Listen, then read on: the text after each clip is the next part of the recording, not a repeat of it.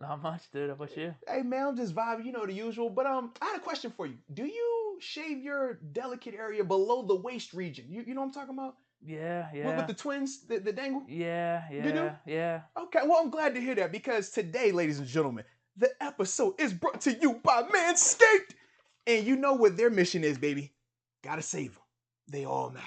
They all matter. All right? And the best way to do that is by using Manscaped's awesome new thing, man. This little trimmer right here, the Lawnmower 3.0, has this little light on it. Dude, that's crazy. It's like a tech. It's like shaving your, delicate areas, but like the SWAT version right here, man. Because of this, and I'm sure you can attest, you like to see what you're doing down there, right? Sure, definitely. That lighting should help. It should, man. But not only is this episode brought to you by Manscaped, we also have a promo code for you, ladies and gentlemen. If you use the promo code MOATS, you'll receive up to 20% off plus free shipping, Deke. 20% off plus free shipping? All you gotta do is use the promo code MOATS. It's right there. It's that simple, baby, at manscaped.com. So don't waste time. Save your balls. Now, in the comments, man, we've been getting a lot of these right here, and I actually like this, man. So getting some people going with, Harris, some people going with ETN. But I've seen a couple of this right here, and I wanted to call out, was it Javon Roselle? He says if all three are available, he'd rather wait until round 2 to get them. Now, this is something that I have seen come up because I've seen some where they have these guys falling into the second, but early second. Similar to what happened last year with that group of running backs, right? We talked about J.K. Dobbins, Jonathan Taylor, Yeah. and we said Clyde Edwards was kind of like the last one of the bunch. But we said, man, what he brings is a little bit different. And we saw the Chiefs take him at the end of the first round. But then we saw as soon as the second round hit, the run on running back. So I do think that that could be a similar scenario here because I've, like I said, done a couple of these things and checked these different mocks here and there. And they do have those guys potentially going early in the second. But if we were going to do that, I look at it like this. You can go O-line, linebacker at 24, but I feel like you got to trade back in, or not trade back in, but move up in the second round. I don't think you can stay at 55 and get any of those three guys. I think you're going to have to go into the front end of that second round to do that. Just because the running back depth for this class, I think you could even get a guy in the third or fourth round if you didn't want to do that. But that could be a perfect draft scenario for us.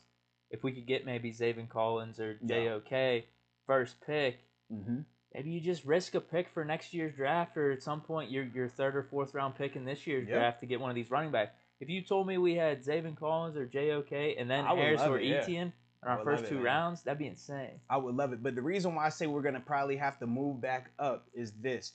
All right, so once we pick at 24, Jacksonville, they're not taking a running back. Cleveland's not taking a running back. Baltimore, not.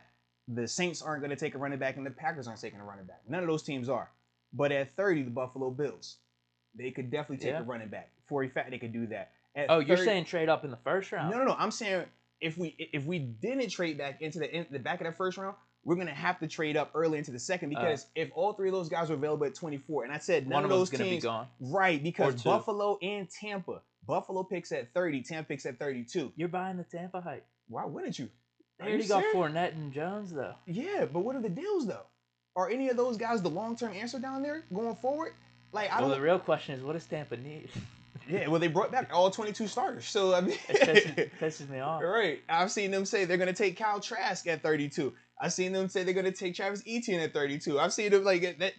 They're in that perfect scenario where they literally have everybody coming back. Literally, it says their first need is quarterback, and then it says D-line, and then safety. Like, drafting a quarterback would be dumb. You see what I mean? Like, they don't need any of that. So I've seen them also go wide receiver as well. And this was more so because of the AB thing. So Chris Godwin's on the franchise tag, and then AB hasn't re-signed because of the money dispute. Dude, Tyler Johnson is nice, though, and Scotty Miller. So like, they really don't need a receiver. It's crazy. But that's their scenario right there. So getting back to what I was saying in terms of why I think we're going to have to trade back in, Buffalo definitely could go running back, or they could go linebacker. Or excuse me, not linebacker, edge rusher.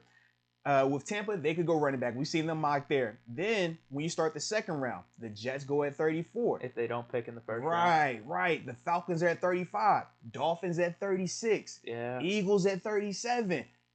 Bengals, I doubt they touch it because they got Nixon. Panthers, similar thing because they have McCaffrey down there. The Broncos. Melvin Gordon. No, but it depends I don't believe in him. But... Exactly. Now, we know the Lions a year ago, they took DeAndre Swift. different organization in terms of management now. Remember, they cleaned the house, so that's another scenario. Giants, I don't think they would touch it. No. Niners, I don't think they need to. Cowboys is another one that you got to watch out for just because of the whole Zeke situation in the contract. I mean, you know how that going right now. And then you still got the Patriots at 46. Hey. I'm just thinking Zeke's for crazy, the Steelers, bro. In 2021 if they release him. Dolphins picking again in there. Like, it's a ton of teams that are going to have opportunities that need running backs. They're going to be picking before we get to 55. So we don't get running back in round 1, if we're bent on getting a running back, because the thing is, Mr. Rooney has said this message, right? We want to upgrade the running back. We want to upgrade the running game. Kevin Colbert said it. Mike Tomlin said it. They're not going to continue to push that narrative. And now you finally get to this scenario where you get a chance to get one of these premier backs, or you get a chance to actually upgrade the running game. They're not going to pass on that. You know what I mean? So that's why, to me, I'm just like, if they don't go at 24, they're going to have to move back up. They're going to have to move up in that second round, man. I think it's going to be Harris, dude. Yo, I'm not opposed to it. Just based off everything that's coming out right now, if Harris is meeting with the Steelers, he's like, I had the chillest meeting with the Steelers. It was the best. Was it the whole staff was there, right? Offense and defense, he said. I just feel like it's going to be a match made in heaven. I don't know if we're going to have to trade up in the first round to get him. Yeah. I don't know how gung-ho we are in just Harris, because I'm not hearing anything. Well, we did hear some stuff from Etienne, though. We did, like 2 or 3 weeks ago. Etienne said, man, I'd be a good fit with the Steelers. The meeting with us went really well. So, yeah, maybe there's a little bit of a cushion there if we don't get Harris. Maybe Etienne could be the pick at 24 if Harris goes at like 18 or something. No, and I remember when people, when they heard about the Steelers meeting with Etienne, but then they said that they didn't come back down there for Najee's actual like pro day where he worked out. People were like, well, why would you go meet with him when he's not going to be available? But the guy that you know is going to be available to you, you're not there for his. And it's like, well, maybe they know a little more than we do. You know what I mean? Because it's looking flipped. Like it's flipped now. Absolutely. Because you said Etienne getting mocked to the Bucs. I've seen some mock drafts where he's not even in the first round. Seriously, I've seen that. Yes, I've definitely seen that, man. It all depends, dude. It's just all going to depend. And with how the running back class is going, or classes have been going these past few years, they could fall to that early second round. Absolutely. Last year's a good example. Like I said, if they do fall, then you definitely have to move up in the second round to get them. But because I would say last year's running back class was, I think people are a little bit higher on it. Yes, yeah. With Swift, I remember them.